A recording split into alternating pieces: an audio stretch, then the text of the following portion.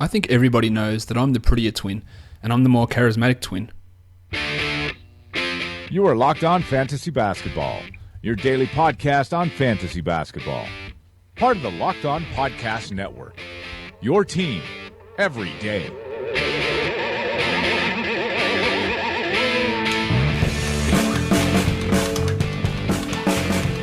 Hello and welcome to the Locked On Fantasy Basketball Podcast, brought to you by Fantrax and Basketball Monster. My name is Josh Lloyd, as it always is, and as always, you can find me on Twitter at redrock_bball.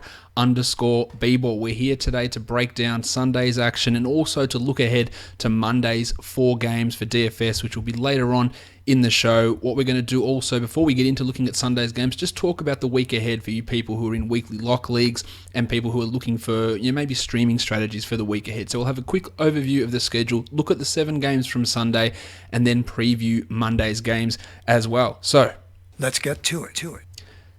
Also, I want to give a quick shout out on Twitter, or not on Twitter, I'll give a shout out here to Barry Baker, who is an avid listener and Twitter follower. And Barry is keeping a record of all of the monstrous lines of the night, waiver wire line of the night, young gun, and dud of the night. He's keeping a record for every podcast. So Barry, I will definitely be calling on you during the season to get some results from some of those. After maybe a couple of weeks, we'll touch base and get some results there. But thank you to Barry for collating the. It's something I should do myself, but I always forget. Barry's already got it under control, so thank you, Baz, for getting that done. All right, let's talk what's happening in the upcoming week. Week 1 is done. Hopefully, you guys in your seasonal leagues had some big victories. Now, when we look ahead, we've got a full week going. We only had the 6 days last week. We've got 7, of course, coming up this week. We start off with a really small Monday, only 4 games. So that's going to be a situation where anyone that you bring off the waiver wire, they're going to be in your active lineup. I like to look at it is if you've got less than 8 games on a day, then you can bring guys in no problem and play them. 8 is touch and go, and over 8 means they're likely going to sit on your bench. So we've got 3 days this week with 8 or more games, meaning the teams that play on those days, if you add players from those teams that play on Tuesday, where we've got 9 games, Wednesday, where we've got 10 games, and Friday, where we've got 9 games, and Saturday, where we've got 8 games. It's actually 4 days this week. You'll find it hard to use a waiver wire addition because most likely your 10 active spots are going to be filled up. So we've got 4 games on Monday, 9 on Tuesday, 10 on Wednesday. So if you look at teams that play Tuesday, Wednesday, I'm going to add this guy, chances are they don't actually fit into your best 10 players and might not get a spot, and that's a worthless waiver wire add. Where you got to be looking is Thursday's got 5 games. I said Monday's got 4, and the weekend is going to be key. We've got Saturday with 8 and Sunday with 6. Now, the 8's a touch and go one. Most times you will be able to fit the guy into your active lineup with 8, and the 6 on Sunday is a definite. So what you want to look at is you want to look at which teams play that back-to-back on the weekend. And there are 3 of those. There's the Kings, which we'll talk about in a sec. There's the Bucks and the Nuggets. So, across the weekend, adding a guy, say, on a Friday, when you might not even be able to get them into your lineup, but getting them ready for Saturday, Sunday, Wilson Chandler, Kenneth Faried, if he's available, you might be able to get some value there. Gary Harris could be back by that time, we hope, and he might be getting some minutes. These are Nuggets guys. For the Bucks guys, maybe you add John Henson for some defensive numbers. Dellavedova should be owned anyway, but that's an extra opportunity to add him there. Maybe you add someone like Mirza Teletovic. Maybe you look at my boy Malcolm Brogdon, although he's not getting a great go of things at the moment, but these are guys that will be able to get in over that time frame.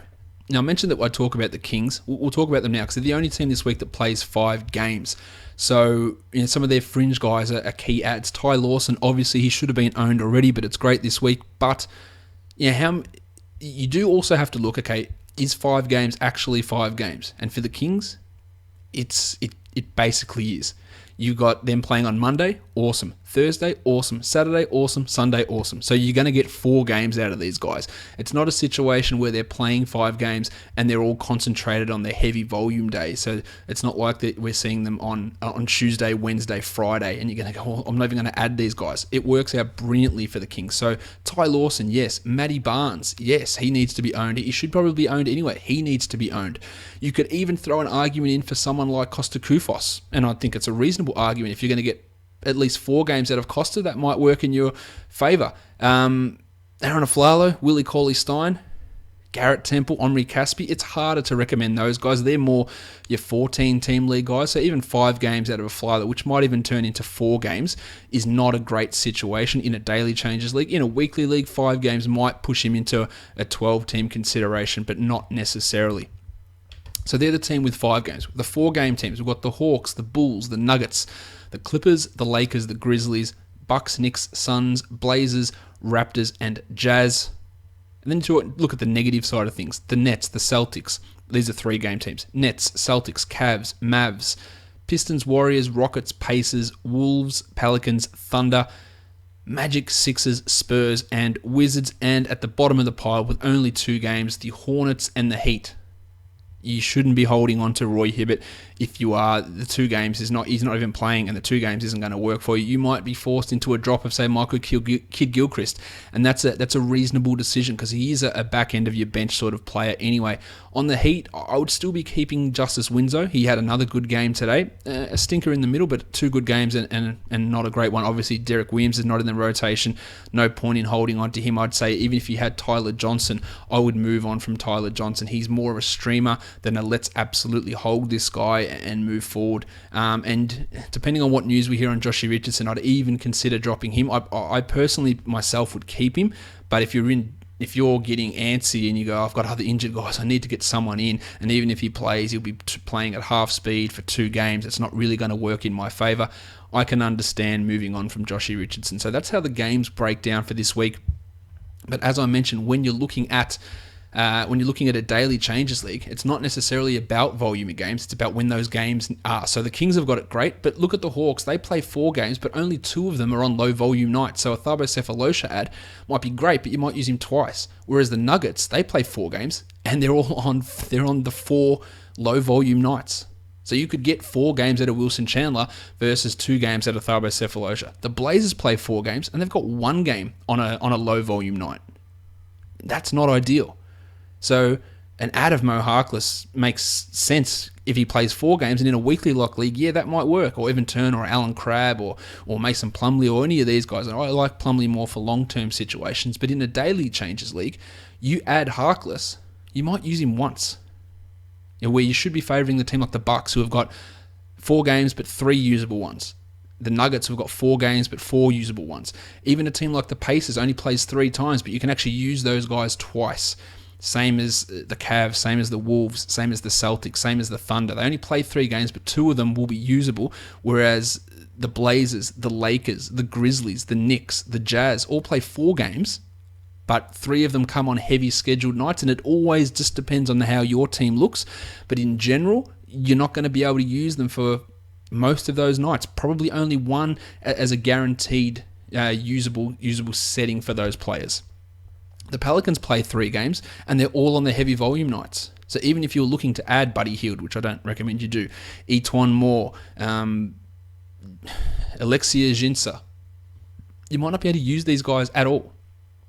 So that is important. It is not just volume of games, although it is in a weekly changes league. In a daily changes league, it's not, because no point adding a guy that's going to play 4 games and sit on your bench for 3 of them. You might as well add a guy that plays 1 game. And again, it's all about streaming and working out when guys can fit in and how they work out during the course of the week.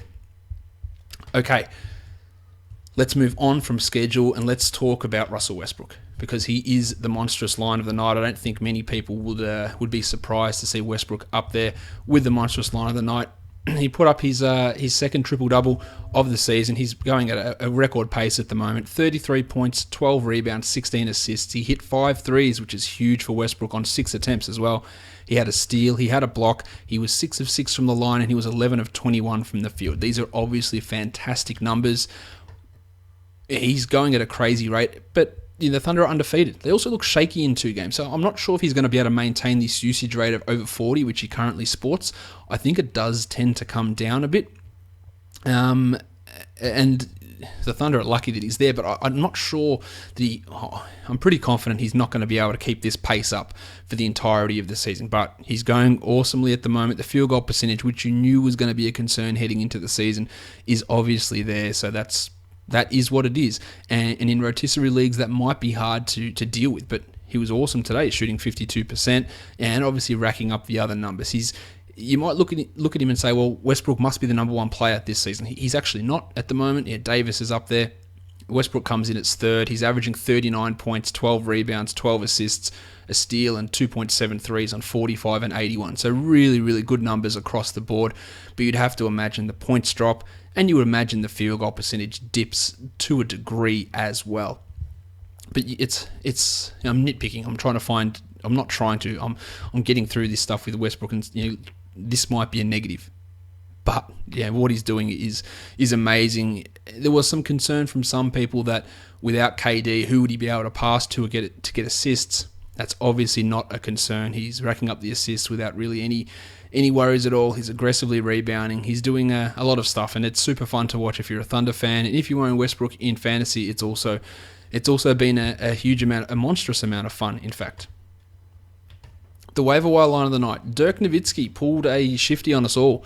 He, last minute, about 30 seconds before tip-off, the news came out that Dirk wasn't playing with that stomach illness acting up. He's also dealing with a sore Achilles, so that is not great for a 38-year-old. But when the news came out of the sore Achilles, Dirk's got a sore Achilles, but he's going to play through it. He's fine. He's ready to go.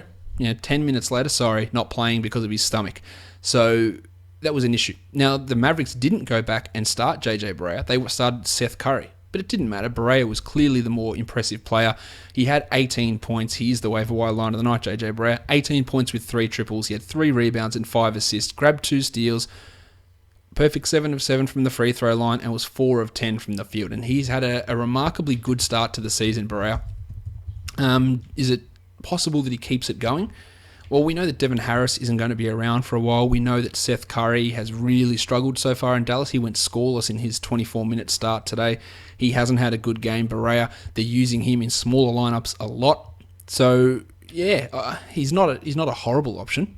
He's putting out some pretty decent numbers. He's ranked as a top 50 guy at the moment. He's averaging 33 minutes a night, averaging over 5 assists. You can do a lot worse than adding JJ Barea. But common sense and our sort of thought process looks back at Barea and goes, he's not averaging 33 minutes a night moving forward. Maybe he is. Maybe he's just taking all of Ray Felton's minutes from last year. I just find it hard to believe that we're going to be seeing 33 minutes of JJ Barea every game moving forward. It just doesn't feel like that's a realistic expectation at this point. The young gun of the night. D'Angelo Russell, he dropped 20, he hit 4 triples, had 5 rebounds and 5 assists, grabbed a couple of steals. Not a great shooting night, 7 of 20, was a perfect 2 of 2 from the line. But overall, it's a big performance from Russell. It's good to see him getting the 31 minutes, leading the team in scoring, leading the team in shooting, or in shot attempts as well. That's what you want out of Russell. He started a little bit slow, but I do have faith in him bouncing back, and this is a really good start along that path to regaining some of the value that saw him get drafted inside the top 45. I've got no doubt that he will end the season in that range. Just, again, a little bit of a slow start, and always these opening games skew sample sizes significantly both ways. So a really nice performance from D'Angelo Russell, and the Lakers, they kept it relatively close against the Thunder. The Thunder got the big victory in the end, but they were more competitive than what you would have seen out of this team last season. The dart of the night.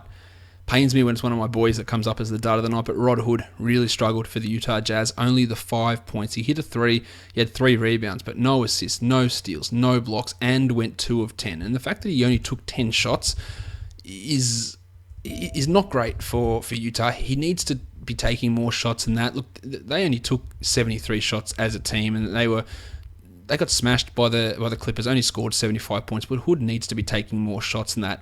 Only him and George Hill shot in double digits. Just not enough happening offensively for this team, but not a good night from Hood. They were blown out in that start of the second half, the Jazz, and that did limit some of these guys' minutes when the game was out of hand in that second half, in the fourth quarter in particular, when we saw guys like Raul Neto and Joel Bolomboy make their NBA debuts. So I wouldn't be too concerned about the 28 minutes, but not a good performance from Rod. In terms of the bonehead coaching decision of the day, Not much to really complain about today. Look, you could say, why is Nick Young playing so many minutes? But I thought he did okay today. There wasn't anything that really stood out as being, this is horrible, this is really bad. Kenny Atkinson had the day off, so that takes away one of our guys that we could use there. But overall, not a terrible coaching performance. Let's move in now and have a look at these games in a little bit more detail. The first one is that Utah Jazz game and the Los Angeles Clippers. George Hill continues to thrive. Now, is it just solely due to the fact that he is away from Paul George and Monte Ellis? That's a big part of it. Or is his usage and the stats that he's putting up influenced by Gordon Hayward not being there? That's part of it too. I think it's probably somewhere in the middle, but more leaning towards it's escaping Indiana's system that's allowing Hill to put up these numbers. He has 18, 2 and 3 here with 2 steals and 2 threes and looking really good. Now, Hayward is going to take some of this off him when he comes back, and Alec Burks may have some of an impact as well, but George Hill is looking really comfortable in Utah. Rudy Gobert, not his best night, but he did hit both his free throws, so that's a positive. Only 4 shot attempts for Gobert. 8 points, 9 rebounds, 2 blocks. They're not bad. Joe Johnson, showing us again that opening night performance was fool's gold. It was never going to continue. 7 points and 3 assists for him. The important thing, I think, to view from the Jazz point of view is that Dante Exum played 26 minutes. After being an afterthought in the first game, Exum has played 20-plus minutes in each of the last 2. He scored 10. He was the second top scorer on this team. 2 rebounds, 2 assists, and a steal, and actually played as the point guard for a bit, which is the first time that he's done that all season. So I wouldn't be shocked if he climbs into 14-team relevance by the end of the year. Trey Lyles, there's no point in holding him in 12-team leagues. Derek Favors is back. Lyles is struggling defensively, especially. Favors played 23 minutes and went 5 and 11, while Lyles had 7 and 5. He's just not going to get enough minutes to be a contributor in standard leagues, at least at this point in his career. And Boris Diaw continues to start while Favors gets going, and he put up 1 rebound in 19 minutes. And I'm not only highlighting that because he only had 1 rebound. That is all he had. He had no shots. He had no points, no threes, no assists, no steals, no blocks. His box score is 1 rebound. The fact that he's starting, it means absolutely. This is worse than a Luke Marmute starting performance, and we'll get onto Luke Marmute in a second. Onto the Clippers. Chris Paul only had the 9 points, but he only played 29 minutes. The game, as I said, was a blowout, so no one needed to play much. 9, 3, and 9 with 4 steals for Paul, so still a good performance. Austin Rivers got red hot. He had 19 points on just 11 shots, hitting 7 of those, 2 threes, but he doesn't do much in the other areas. He's more a 14-team league guy, Austin Rivers, than he is a 12-team guy at this point in his career. But the fact that he's there, Jamal Crawford, Ray Felton, they're all going to limit what JJ Redick can do, and they're going to limit any impact that Allen Anderson, Marmute, Wes Johnson will do at the 3. They're just going to spread 25 minutes to about 5 or 6 guys across the 2 and the 3, and it is going to limit what Redick can do. Now, Redick played under 28 minutes. He had 9 points and 2 steals. Not a big night from him. DeAndre Jordan suffered a sprained thumb. He did return to the game, and x-rays were negative, so that's good news there. Only the 28 minutes for Jordan, and his field goal percentage has been terrible. Not free throw percentage. That's been terrible, but field goal percentage. He was only 3 of 10 for 7 points, 16 boards and a block. That will revert, so don't panic too much. That will come back into focus.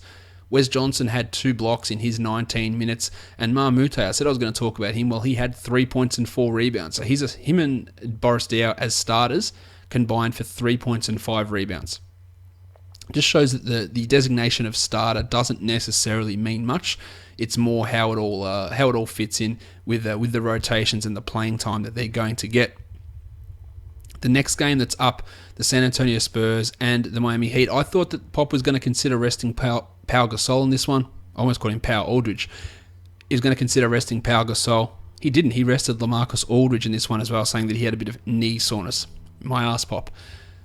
Kawhi Leonard, 27, 2 and 6, a 1-1, a big night from him in less than 30 minutes, and Pau Gasol actually had a huge night, especially considering what he did in the first 3 games. 31 minutes, easily a season high, 20 and 11, a 3 and 2 blocks. That should ease the concern of Pau Gasol owners somewhat, but I imagine when Aldridge comes back, the Gasol's minutes will come down a little bit, because playing those 2 big minutes together is probably not a winning formula, although they've won each game, so I'm not sure how much it's not a winning formula, but not sure how much Pop loves them both playing 30 minutes. But Pau getting a bit more acclimatized. He's looked better in the last 2 games, and the minutes were back up.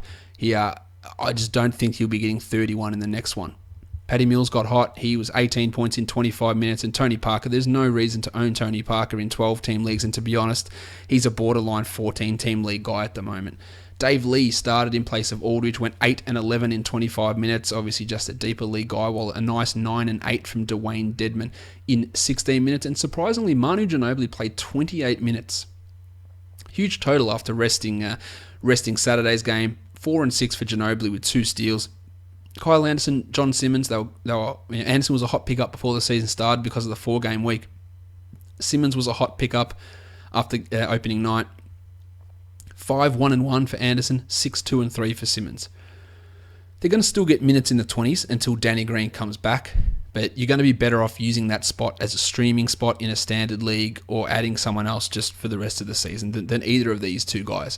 So nothing to really see. They're good to see Davis Bertans have another decent game, hit a couple of threes. He's a dead-eye shooter, and he's going to be that guy that you just need some threes. Let's hope he gets 10 minutes and hits us 2. That can definitely happen for Bertans. Hassan Whiteside was a monster, 27 and 15, 4 blocks, 1 steal. But the best thing is he went to the line 10 times and hit 7 of them. Now, that's still not great. That's still a negative in the free throw percentage category, but it's not 5 of 10, which is what he was doing previous to that. So, an improvement there. Goran Dragic also dropped 25, and Justice Winslow, I talked about him earlier. He had a big game, 18 and 5, 2 steals and a block, took 15 shots. He's obviously more involved offensively. It took him a while for a shot to actually fall in. I think his first points were on a goaltend. But he built it up. The defensive numbers are coming. I'm liking what I'm seeing from Winslow. He should be owned in all leagues, obviously, at this point. Dion Waiters continues to play minutes and do nothing with them. 9, 2 and 3, but did give us a steal and a block. When Joshy Richardson is back in business, I can't see Waiters getting anywhere near this run. I think that he cedes a lot of his minutes, probably 10 minutes or so of his go to Richardson, and basically all of Rodney McGruder's minutes go to Josh Richardson when he's back in business. Still no Derek Williams, still no Josh McRoberts. So Luke Babbitt is starting at the 4. He only played the 25 minutes, and the Heat went with a situation where they go Tyler Johnson, Dion Waiters, Justice Winslow at the 2, 3, and 4, and that's probably their best lineup, and that's where the minutes are going to come. Tyler Johnson, with a 2-game week coming up, if you've got him in a 12-team league, I reckon you can do better than Tyler Johnson.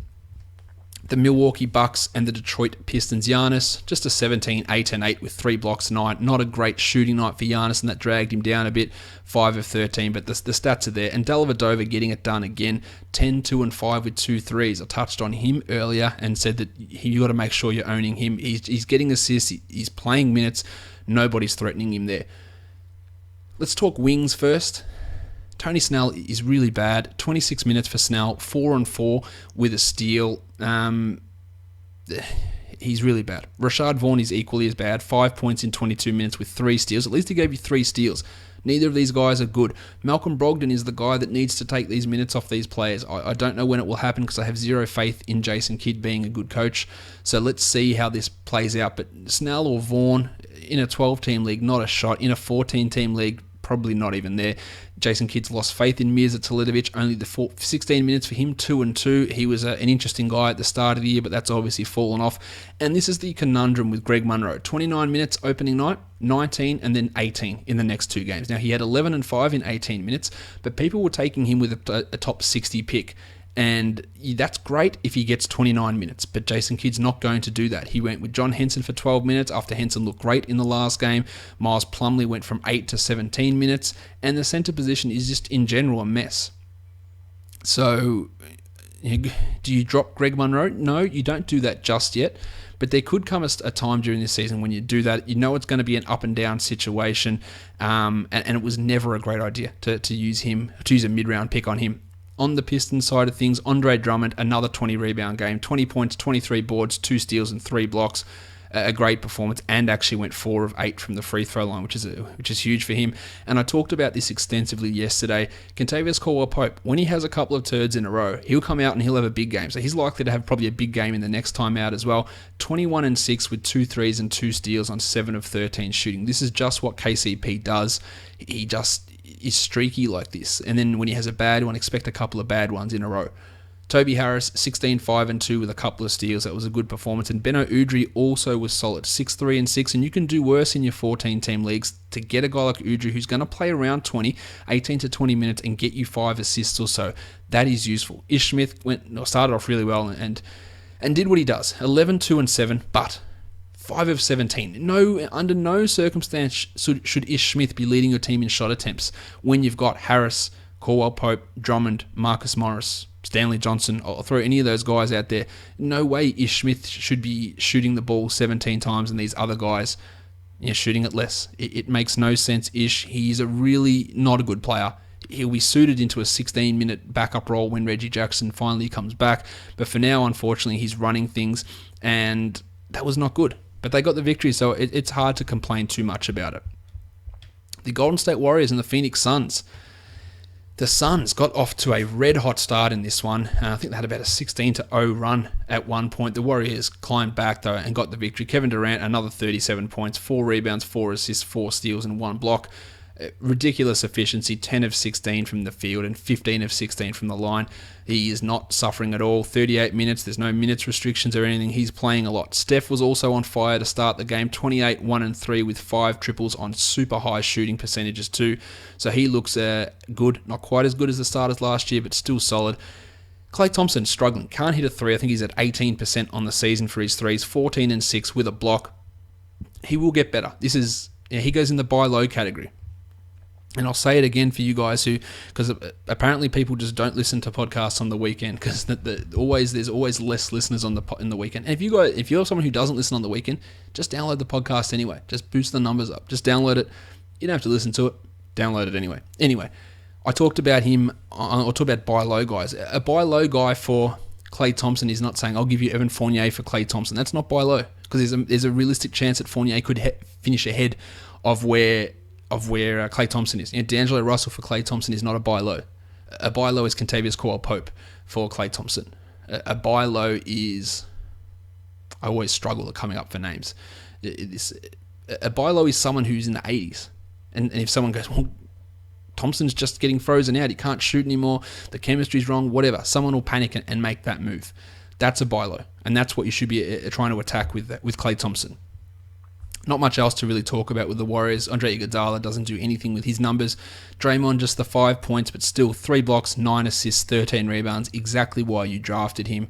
And Zaza Pachulia grabbed 10 boards in 22 minutes. Onto the Suns. Tony Warren Jr.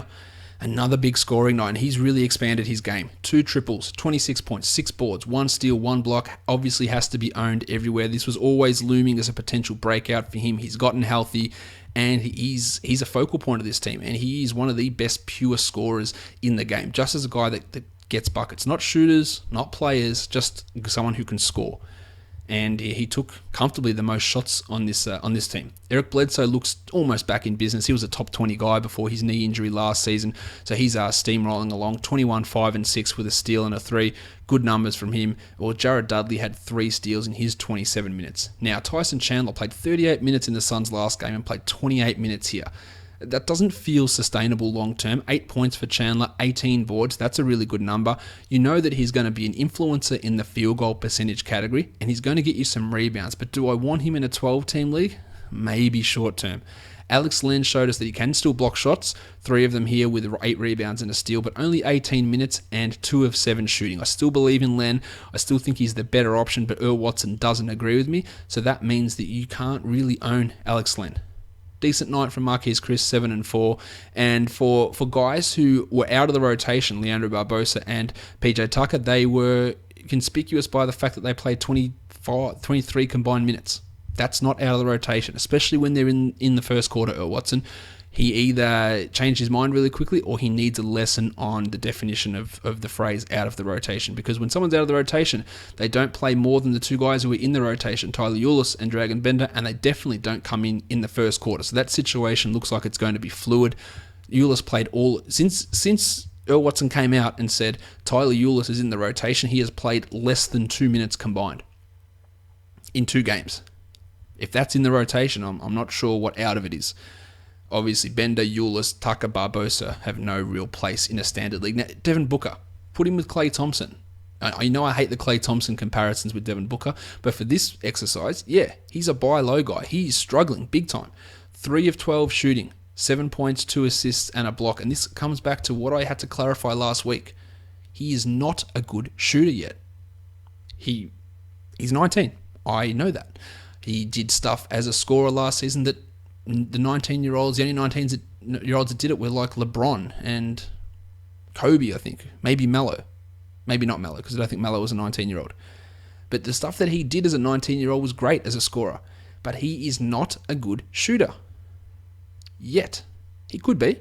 He's not yet. And it shows up. 3 of 12 shooting here. His defense is still an issue.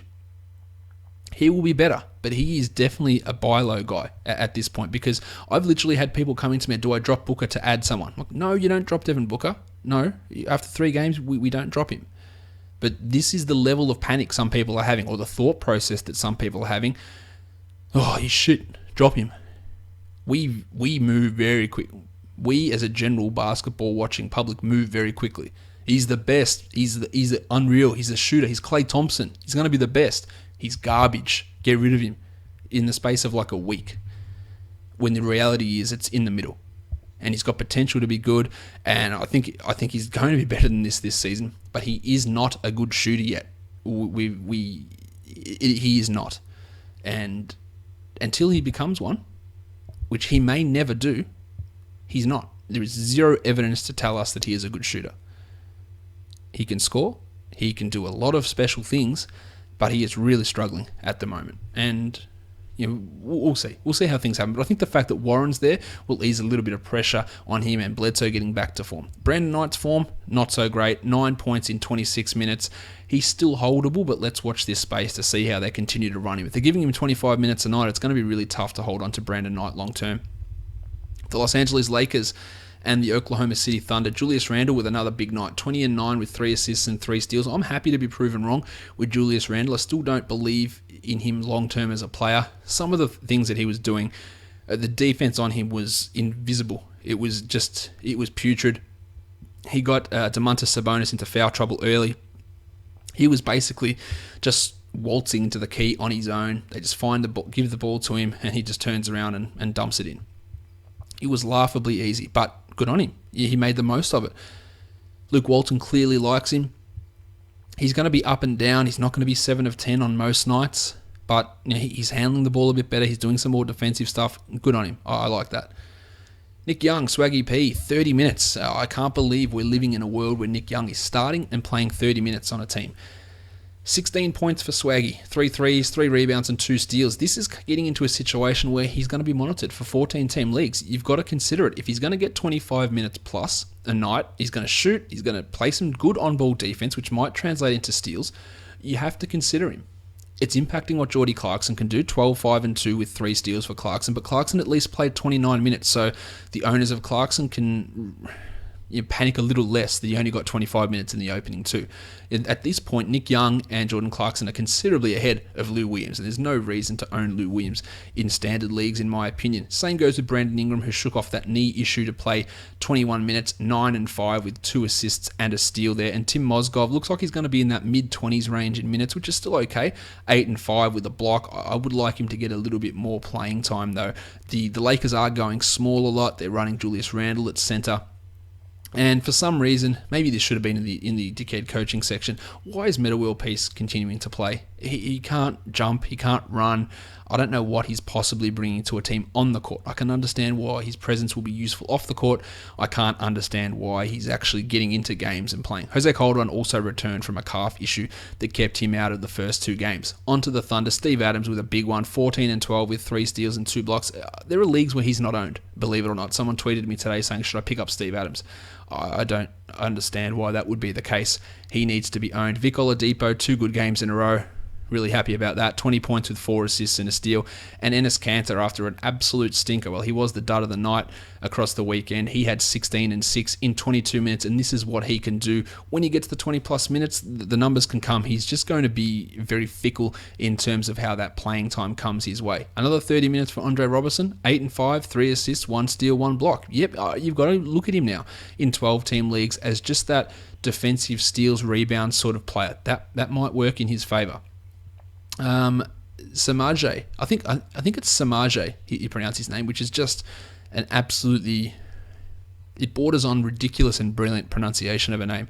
Samaje Christon played 20 minutes, so he played alongside Russell Westbrook for a chunk of time too. 5, 2, and 2 for him. Deeper leagues will want to pay attention. And Domantas Sabonis only 7 minutes. Foul trouble got him. He had 2 fouls in about the first 3 minutes. Ended up getting 4 in his 7 minutes. Didn't really trouble the scorers, just a steal and a block.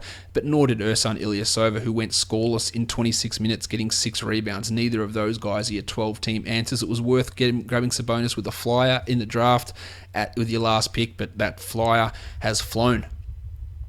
The Wizards and the Grizzlies, this game went to OT. John Wall was nursing a sore back, but he played, and he played 37 minutes, so it's all systems go. A 1-1-1, 22 and 13. Back to business for John Wall. Also, same for Markieff Morris, 11 and 7 with 2 steals, a block and a 3. I've been on his back all season saying he's going to have a good year, and he's rewarded me pretty nicely so far. And Marcin Gortat played 38 minutes, went 14 and 12, even with a hit to the balls as well. So congratulations for Marcin. Can continue going after copping one right in the nuts. Big performance from him. He is going to be, when we hear that Mahinmi's coming back, he is going to be a sell high candidate to me. Because he won't play 38 minutes. He might struggle to get 30 when Mahinmi comes back. Brad Beal with an okay night, I think 14 and 3, 2 triples, 2 steals, but 17 shots and hitting 5 of them. He's got to be better than that. He still tantalizes with play that just doesn't ever get there, I guess is the way of putting it. Marcus Thornton still in the rotation ahead of Tomas Satoransky. Cannot get behind that. 11 points for Thornton, and Otto Porter played 36 and he went 13 and 4. So obviously that quote-unquote competition at small forward is done. Kelly Oubre played 15 minutes and wasn't awesome in that time, and Porter is a borderline 12-team league guy to me anyway. I understand some people will love it because he doesn't get turnovers, but he also doesn't do a huge amount else. 13 and 4, that's pretty nice. So it's hard to recommend dropping him or anything like that. Kelly Oubre, I talked about him. He's not the name I want to talk about. Andrew Nicholson, first big off the bench, 25 minutes, 8 and 3 with 2 steals. That works for your 14-team leagues. You should be looking at Andrew Nicholson. On to the Grizzlies. There was no restriction. Well, this team had so much injury news. We had no Chandler Parsons, no Tony Allen, no Brandon Wright, but then we had 4 guys who were questionable, and all 4 of those guys ended up playing. They made a change to the starting lineup, removing Andrew Harrison and replacing him with Jarrell Martin, moving Jim Ennis down to the 2, putting Martin at the 3, and JaMychal Green at the 4, or vice versa for those 2 guys. Conley, who played very few minutes on Saturday, went to 38. He had 24, 4, and 11 with 3 triples. A big night from him. Marc Gasol, they said he was going to have his minutes limit, only played 29. And by only, I mean actually played 29 because I thought he was going to play less. But 20 and 10, he hit 4 triples, had a steal and a block, and the Marc Gasol threes is a real thing. He is going to continue. Zach Randolph, he just gets his shot up whenever he wants in the bench unit. 22 and 7 in 25 minutes with 3 steals. He's really worth owning at this point and putting up good numbers in that bench unit. 39 minutes for JaMychal Green, 7 and 6 with 2 steals. I like the minutes. He should be held. And Jim Ennis went 8 and 12, including a 3-pointer. Not his best shooting night, but he should continue to be owned at least until Chandler Parsons comes back. Now, they moved Andrew Harrison out of the starting lineup, but still found it in their hearts to give him 30 minutes. I don't know why. 9 points with 3 assists. He shouldn't be on your radar, nor should Wade Baldwin after a stellar opening night. He did have 4 assists and 2 steals, but no rebounds, no points, no blocks, no nothing else from Baldwin, and he's a little bit off contributing as an everyday fantasy guy. The last game of the night, the Dallas Mavericks and the Houston Rockets. This was the game where things were thrown into disarray with Dirk sitting last minute. Wes Matthews had a really good scoring night, 25, 5, and 3 with 3 triples, but a horrible shooting night, and it just feels like his shot is never going to come back, but he was big down the stretch for this team. He was 9 of 25. Darren Williams had 12 points. He had 3 triples, 3 assists, a steal, and a block, and he is providing so far to be a bit of a steal for where you drafted him. We saw Salah Mejri get into the rotation with Dirk out. He played 16 minutes and had 2 blocks and 6 points and 6 boards. Worth noting there, but he's not going to get a huge run, but he did play more than Dwight Powell, who only saw 12 minutes. Now, the 2 games without Dirk, we've seen Andrew Bogut get 26, and in today's game, 28 minutes. 6 and 14 for Bogut with 3 assists. I think that he should be owned in 12-team leagues, and the pencil didn't do his best work. This was more preseason pencil. Harrison Barnes, he was 3 of 11 from the field for 10 points and 5 rebounds, and I mentioned Seth Curry already, scoreless in 24 minutes. Jim Harden, just a casual, 28, 7 and 7 with a steal and a 3. Not his greatest night, both from the field and from the line, so he's normally awesome from the free throw line, only was 8 from 12. And was a disappointing, 9 from 12, and he was a disappointing 8 from 23 from the field. Trevor Ariza, 6 points, but gave you 2 steals and 2 threes and 7 rebounds, and you didn't own him for big points, you owned him for big steals and big threes, so he came through. A double-double from Ryan Anderson, 14 and 12. But no threes, no steals, no assists, no blocks. This is the concern with him. This is why he was never really, to me, in consideration to be a top 50 sort of guy. But I've liked what Eric Gordon's done, 14 and 3. He's just providing solid value. But deeper league guys, Sam Decker, he looked great tonight. Triple Decker, 9 points with 3 threes. And just looked active out there. I wouldn't be shocked if he's a better player than Ryan Anderson by as early as next season. Maybe that's a big call, but I really think Decker has got something to offer this team. He looks spry. He looks good out there. 26 minutes for Clint Capella. Nene played 22. Not a great scoring night for Capella. Only 2 of 7 for 4 points, but a steal, 2 blocks, and 10 boards is exactly why you drafted him. KJ McDaniels and Corey Brewer, just the 16 and 15 minutes respectively for those 2 guys.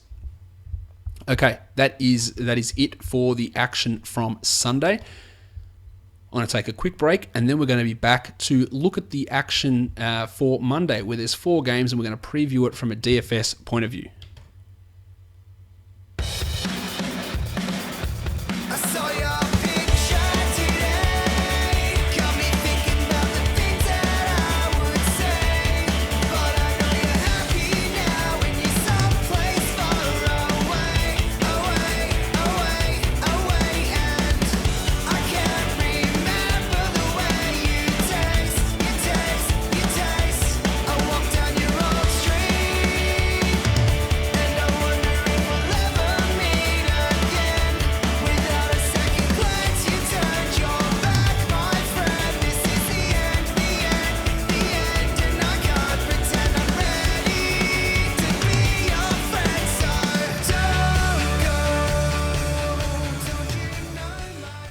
Guys, we're back. We're going to look at DFS. So let's look at the perfect DFS lineups on both FanDuel and DraftKings for Sunday's action.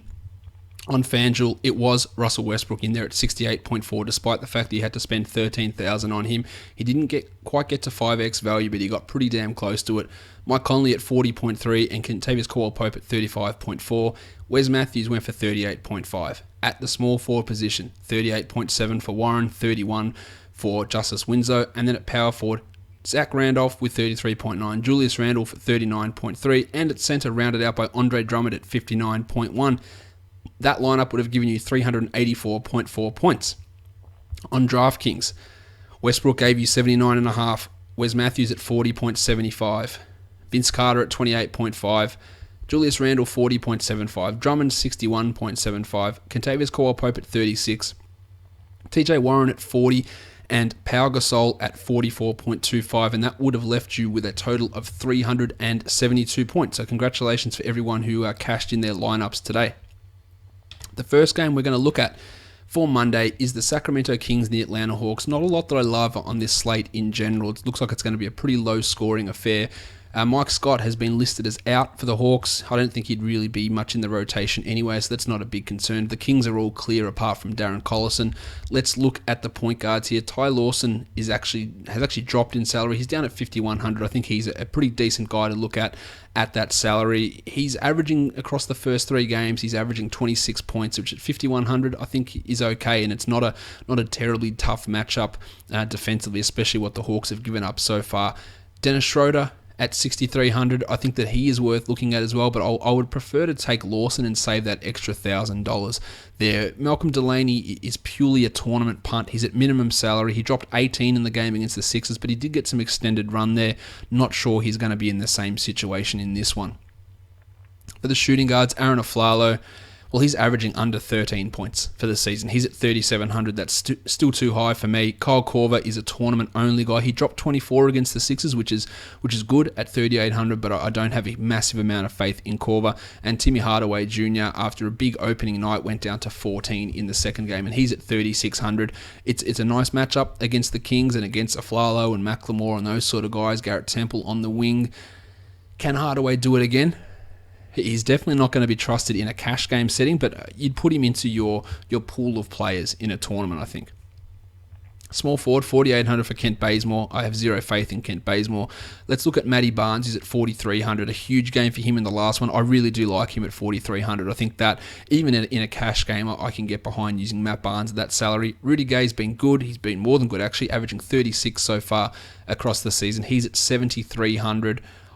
I don't think it's a terrible investment to look at Rudy Gay. As we've seen that the offense is going through Gay and it's going through Cousins. Ty Lawson's deferring to those guys. So I think that Gay at 7,300 is worth your time. 4,100 for Thabo Sefolosha. We saw some big games out of him. We saw not a great one against Atlanta, but he can obviously put up some decent numbers. I don't think you should be really trusting Thabo Sefolosha to carry your lineup, though. At power forward, Paulie Millsap, 8,100. Yeah, that's fine. There's some other guys I'd probably prefer at the power forward spot later on, but not a bad guy to look at. I like Mike Muscala at 4,200. First big man off the bench, averaging 27 across the first two games. Dropped 29 in the last game. I think you feel fairly confident that you'll get 20 out of Muscala. And that could carry your cash game setting to get some other big price players in. Maybe Millsap in there. Maybe Boogie Cousins, who we'll talk about right now. We'll talk about Cousins out because he's priced at 9,900. You feel that you can get 45 out of Boogie pretty much every time that he plays, and at 9,900, that's almost what you need, and you know that he can go for 50 or 60 pretty comfortably. So Cousins is definitely a center option. Costa Koufos at minimum salary, he's just not doing enough for me. Whereas Dwight Howard at 7,800, I'd throw out what happened against Philadelphia with Dwight. Foul trouble and the fact that it was a blowout limited him to under 20 minutes. I think that Dwight at 7,800 is okay. I don't think it's the best center option on the board. I would much rather spend up for Boogie and save money by going with a guy like Mike Muscala at other positions to get Boogie Cousins into my lineup. The next game that's up from a DFS point of view, we're looking at the Chicago Bulls and the Brooklyn Nets. The Bulls are favored by 6 and the total is 212 points. So that's it's a pretty decent size total. We've got a few question marks for Brooklyn. We don't know if Randy Foy's going to play with his hamstring problem. We don't know if General Grievous Vasquez is going to play with his ankle issue that limited him to 7 minutes in their last game. So there's some obviously concerns on the wing. I think if the Vasquez one doesn't have too much of an impact, the Foy one might, but probably not. It just likely gives more minutes to Joe Harris. Don't think it's going to have too much of an impact on your overall lineup. From the I'm not doing the Raptors. We'll get to them in a second. The Bulls, no injury worries to really be concerned about. I love Jeremy Lin at 6,500. He seems to be immune to Kenny Atkinson's resting strategy at this point. At 6,500, you feel like 30 points is almost in the bag for him. So I do like using Jeremy Lin there. Rajon Rondo at 7,300. No. Look, Rondo's been good. He's been putting up the numbers, but he's only averaging 27 points so far. And at $800 less, Lin is comfortably the better option here. Michael Carter-Williams and Vasquez, as I mentioned earlier, they're not going to be worth looking at. I like Sean Kilpatrick, though, when I look at shooting guards. He's at 4,000. I just feel like with Sean Kilpatrick, you're going to get 22 to 24 minutes. You're going to get 15 to 16 points, and you're going to get 20 to 25 daily fantasy points. And at $4,000, I'll take 24 points out of him. He's averaging 22 across the last three. I'll take that as a guaranteed 20, and nothing's guaranteed, but this is probably going to happen. 22 points in 24 minutes at $4,000. I'll happily take that and put some other bigger names into my lineup. Jimmy Butler on the other side of things, he's at 8,000. So if you're wanting to spend up at this, well, actually let's talk Dwayne Wade first, because Jimmy Butler's a small forward. I keep forgetting he moved. Dwayne Wade's at 6,900. That just feels too expensive for me for Wade. And now let's get on to Jimmy. 8,000 for Butler. It's a lot. He's cracked 40 once just, and that's where he needs to get to, that 8,000. If you've saved enough money by using a guy like Kilpatrick, he's not a terrible guy to use, but I think you can save 700 and get Rudy Gay and maybe get a little bit more return. But Butler's not a bad option. You feel like some sort of explosion is going to come soon from him, but he definitely doesn't fill me with a massive amount of confidence. Rondé Hollis-Jefferson's been terrible so far. He's averaging 9.3 points across the first 3 games. He is at almost minimum salary, but his minutes are well down at the moment. He's worth throwing into a tournament, but apart from that, it's really tough with Rondé. And Bojan Bogdanovic at 4,300, he's as up and down as they come. Absolutely great tournament option. Pretty horrible cash game play. Dougie McDermott had 35 in the last game. Not sure how much faith I put in that to continue. So at 3,800, let's leave him as a tournament guy. Definitely not putting much long-term faith in that. At centre, 5,300 for Robin Lopez. No, the minutes are just not there enough for me. Although he has been giving you not bad numbers, 22 points across the first couple of games, but still at 5,300, I'll go a different direction. We've got Taj Gibson at 54, and he's not bad at 54. I don't completely hate that. And Trevor Booker at 5,300. I much prefer getting behind Trevor Booker at 5,300. He's been really good so far, averaging almost 31.5 points across the first 3 games. So I think that he should definitely be in consideration. Now, Brook Lopez should be back, but there is absolutely no way we can trust him at the moment at 7,600. Maybe he's a contrarian tournament option, but that's it. And Justin Hamilton's, he's just too highly priced at 4,900 for me. Big game in the opener, but has dipped since then, and he's averaging 24 across the last 3 games after he started out with a 33-point game in the opening contest. The next game. This one is the Denver Nuggets and the Toronto Raptors. The Raptors and the Nuggets, been a lot of fantasy value for both these teams so far. The Raptors are favored by 7, and the total is 204. For the Raptors, Lucas Bebe Nogueira is still questionable with his ankle sprain. That's not going to affect too much. I just think if he doesn't play, Jakob Poeltl takes his minutes and it's 10 or 12 minutes. It's not impacting anyway. I think that we're going to see Pascal Siakam start again, but he's not going to get enough minutes to be useful. And Patrick Patterson will get enough minutes to be useful. He just won't be useful in those minutes. The Nuggets is probably the one we really want to look at, whether Gary Harris plays. He's still questionable with that groin issue, and Darrell Arthur's questionable with his knee. Now, if Arthur plays, I'm not sure how much he actually plays, but if Harris plays, he's going to significantly cut into what Will Barton can do, and to a degree, Wilson Chandler. So that's something we need to pay attention to before tip-off. Thankfully, all these games start at the same time, with the exception of the Phoenix Suns and Los Angeles Clippers games, but the first 3 all start together. So we'll get an idea of what's happening before lineups lock, unless someone pulls a Dirk Nowitzki on us. At point guard, Kyle Lowry is at 7,400. His salary continues to drop. This is a good matchup for Lowry. He has definitely not shown us anything at this point. He's only averaging 24 across the first couple of games for the Raptors, but at 7,400 with a salary that's dropping, Lowry can easily give you $8,500, $8,800 worth of value. Now, is this just a case of the way that Dwayne Casey is using this offense now, and he's going DeMar DeRozan, Jonas Valanciunas, as opposed to DeRozan Lowry? I don't know. I wouldn't want to be spending $7,400 on Lowry in a cash game, but I would be really interested in a tournament and thinking that he could go out there and drop 40 or drop 50, and you'd be pretty happy with that sort of return. Emmanuel Mudiay at 5,900, a really horrible matchup against the Raptors. They do stifle opposition point guards, and they do restrict what they can do fantasy-wise, but he was really good against Portland. But there's a difference between playing Damian Lillard or playing against Kyle Lowry defensively. So at 5,900, you're wanting Mudiay to get to 30 points, and I'm just not sure how confident you should be in that. Corey Joseph, Jamal Murray, Jameer Nelson, they're all backup point guards that won't have much impact. Shooting guards. DeMar DeRozan's been great. He's only at 7,900. He's giving you 40 plus a night. Maybe this is the one where it drops off, but defensively, this is not a concern, especially if Gary Harris doesn't play.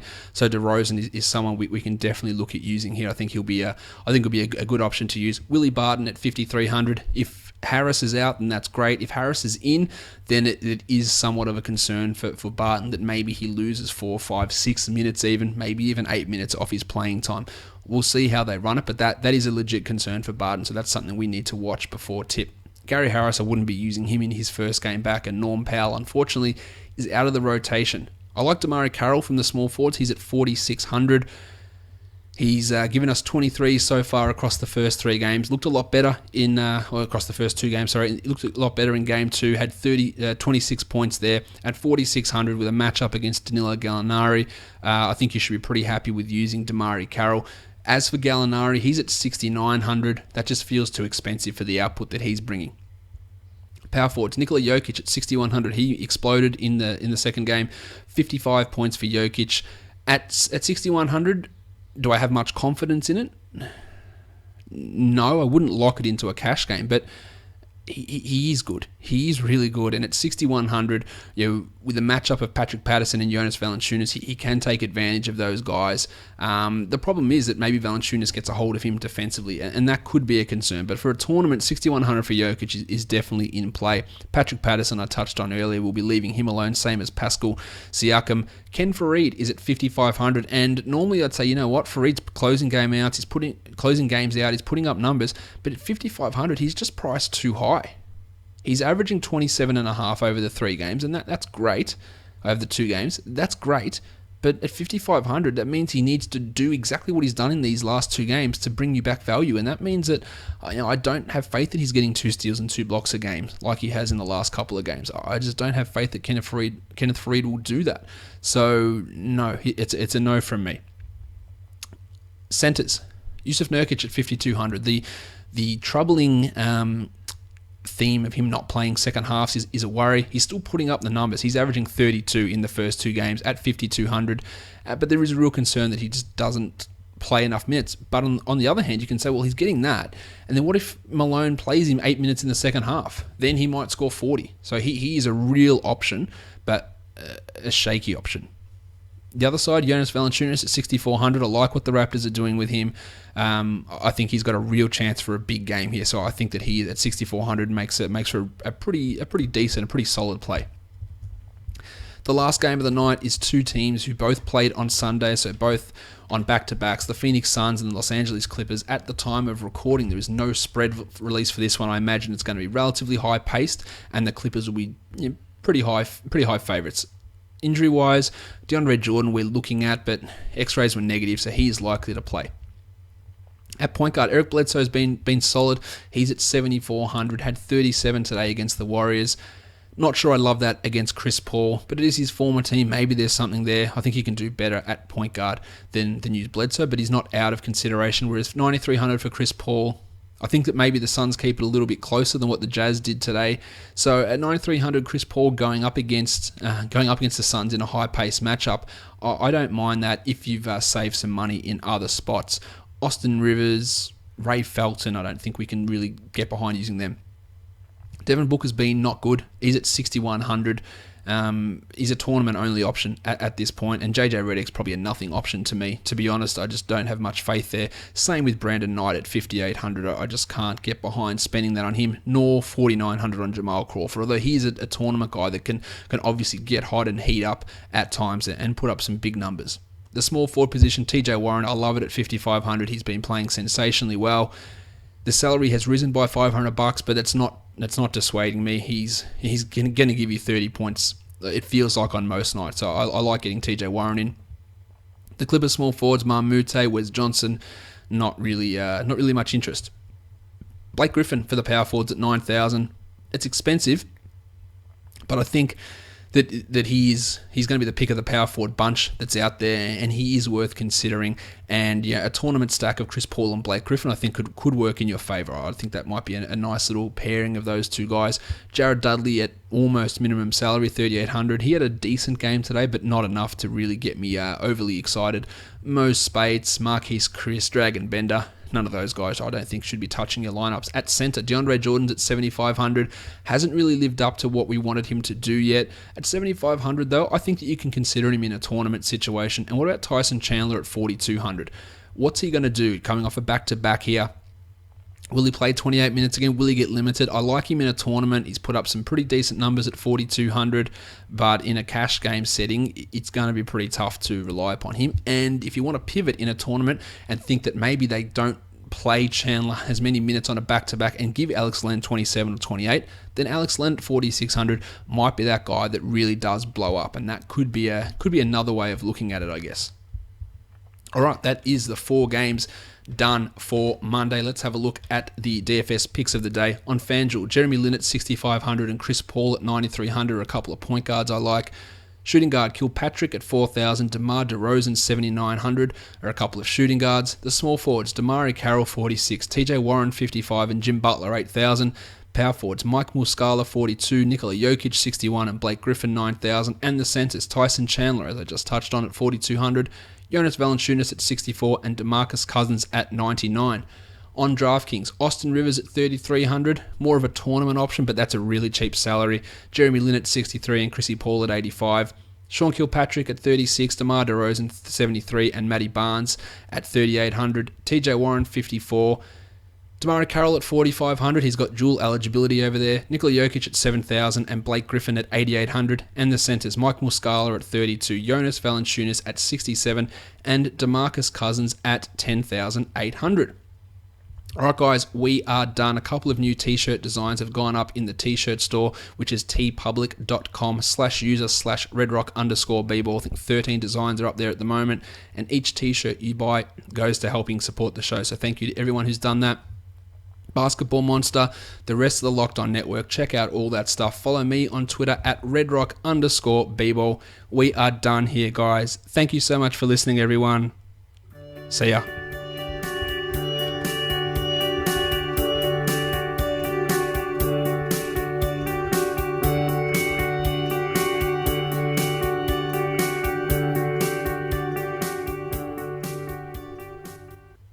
Robin Lopez.